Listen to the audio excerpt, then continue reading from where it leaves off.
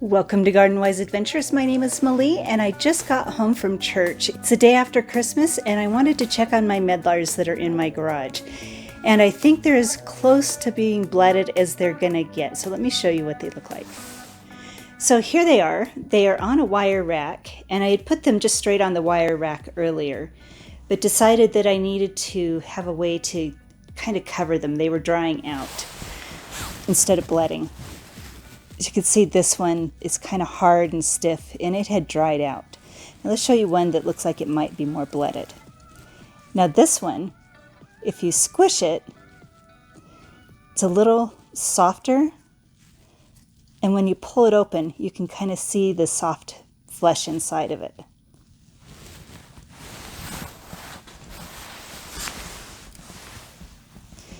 Here's another one that was a little bit more bletted. So I'm going to pick out the ones that are bletted and the ones that are, throw away the ones that are more dry and take them inside and show them to you. So here is what I have that's bletted. I think most of the ones that I have in here are really soft. So that's a good amount, a little more than I was thinking. The rest of these are really hard. They're not, you can't squish them at all. So these are all going to go in the trash. Now I will take these inside and see if I'm actually in the mood to try and process any of these. So being that this is after Christmas, I have done a lot of preserving already and I'm a little tired of it. But I'm going to take these inside, see how I feel, and see if I want to actually try and process them this year. Last year they were a huge disappointment. I wasted a lot of time and it tasted nasty. But then again, I threw everything into the pot and boiled it all together with the skins on and with all of the hard ones, just seeing if I could extract any of the flavor. But maybe this year I might try it again. So let's take it inside and see what we are going to do. Welcome back. I am in my kitchen now and I've carefully gone through and looked at each one of these medlars. Now I will link above a video that I made last time of my medlar harvest and making jelly with it. It turned out to be an epic failure. It tasted nasty. It just didn't work right. The medlars did not blet. And what I did is I took all of the medlars without peeling them, put them in a pot and boiled them. Now, the reason I did that is there is a complete lack of videos and information on how to handle medlars, especially in my area. So I just kind of did what somebody else did on a video. But this time I decided to peel them and carefully look at each one, taste each one, and see how they tasted. So this is what I found. Let me show you what they look like when they're peeled, and I'll show you what I think went wrong last time, and hopefully that will go right this time. So here are the ones that I felt were fully bletted, and this is what they look like. Let's see if I can get this to focus a little bit. The texture is really gross. They're soft, they're brown, they're mushy, but they don't have any dark spots. I took off all the dark spots, which I think are areas where they were starting to go bad. Now this is a medlar that hasn't been peeled yet. And as you can see, when I open it up, you can see that same dark brown, kind of gushy, gross look. I know, they look really gross, but they taste, when they're properly ripe, when they look like this, they taste like cinnamon applesauce, and it's actually quite sweet and quite good. Now let me show you one that is not good. Now this one looks the same as the other one. Let's see if we can get a side by side. So sorry for the lighting. It's kind of dark and gloomy outside, and I can't get really good light in my kitchen. So I'm trying to depend on a handheld light. But anyway, this is what two of my medlars that are not peeled look like together. Let me show you the ripe one. Let's see if I can get my light to stand up here.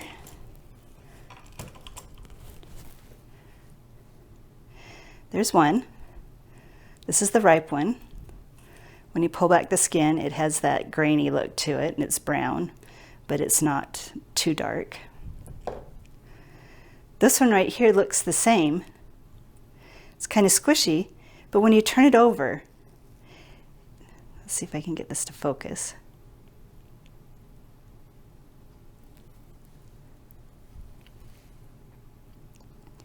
But when you turn it over and open it, it's white inside. It's not that brown color. When it's this white color, it's very astringent, you know, it dries out your tongue. And I think this is part of why my last batch did not turn out well, because I ended up boiling all of them together, whether they were ripe or not. So this one is not ripe, even though it's soft. This one is ripe or properly bletted. And there they are side by side. Now I want to show you how I peel them. So the first thing that I do is I pull off the bottom, peel down the side peels, and I kind of want to get rid of this area right through here as much as possible. So I pull that off, just peel it all the way down.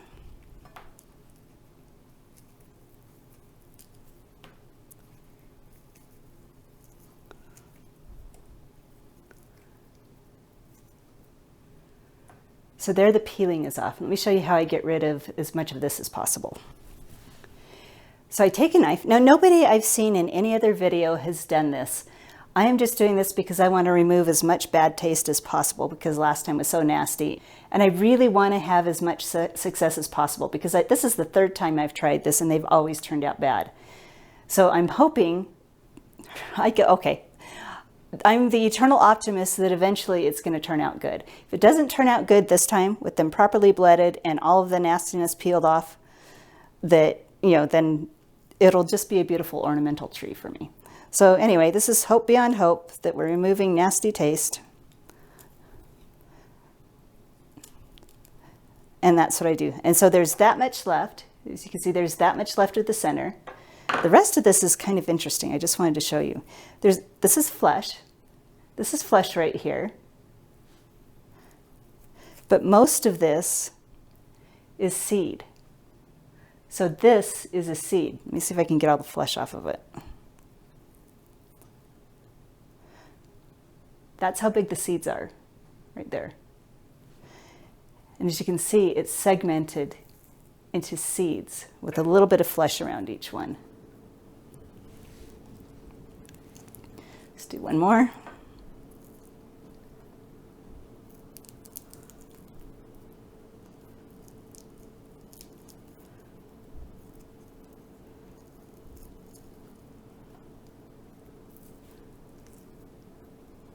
Sorry about the lighting.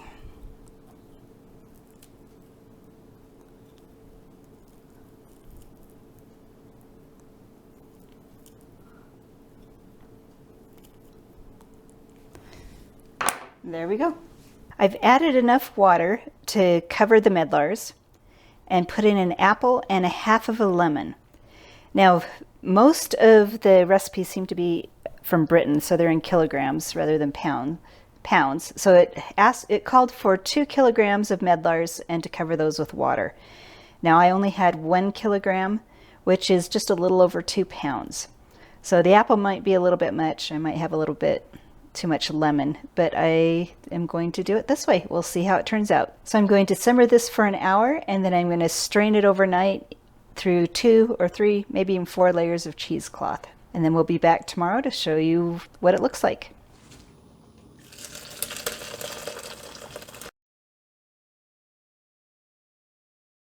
Now we're going to let this drain for a little while. It says to do it overnight. I don't think I'm going to be doing it overnight. I might do it for an hour or so. But we're not going to squeeze this cheesecloth because we want that juice to stay clear, and we're going to see if we have enough to make some jelly. Okay, so the jelly is done.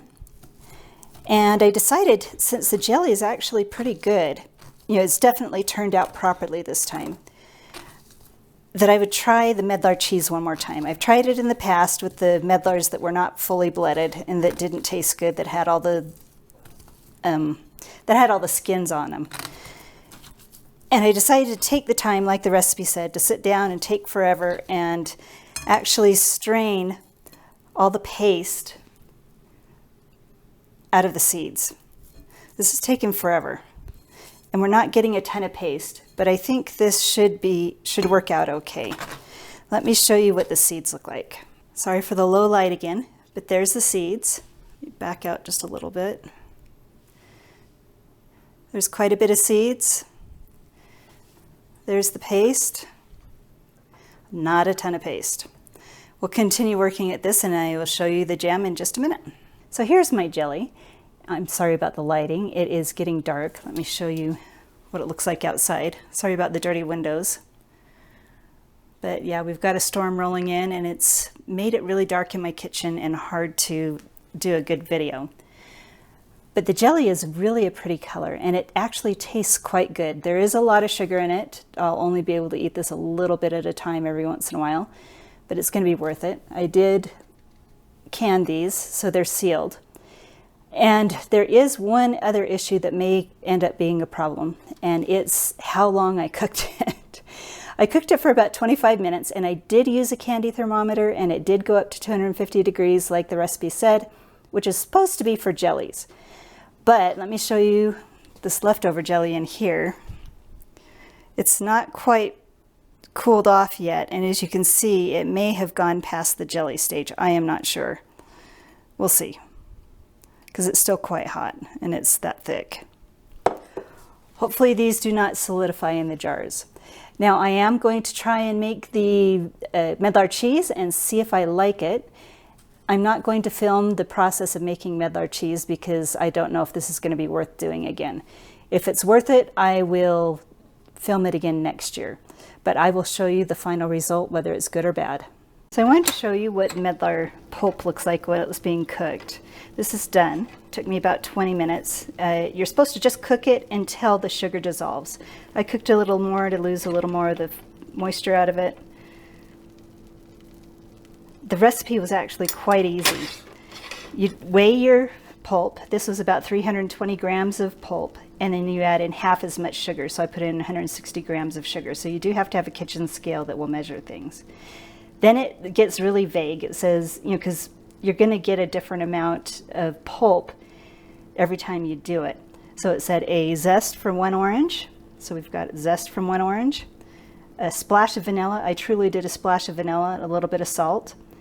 And that's it. I'm putting it in a mold. I'm going to let it cool off in the refrigerator.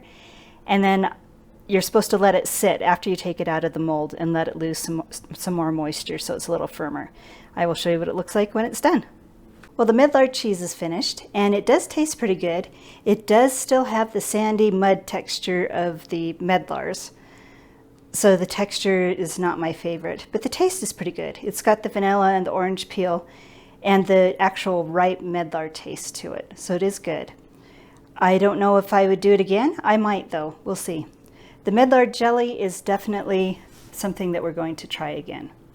I really like it. It turned out good. Hopefully it doesn't solidify in the jars. Well, thank you for coming along with me on this adventure. I'm really excited that this actually finally worked. This is the 3rd year that I've tried it. The first year the Medlars did not blet at all. The 2nd year they didn't blet fully. And this year they did blet. Now, let me show you this here. I did leave several Medlars on the tree, and it's hit the teens, the low teens. So they've frozen several times, and they actually bletted on the tree just fine. Let me see if I can get this closer. There we go. So maybe you can see this now. But it bletted on the tree just fine. So maybe next year I'll just leave them on the tree until I need them. So I decided to let everything rest for a night to see what it looked like and tasted like in the morning.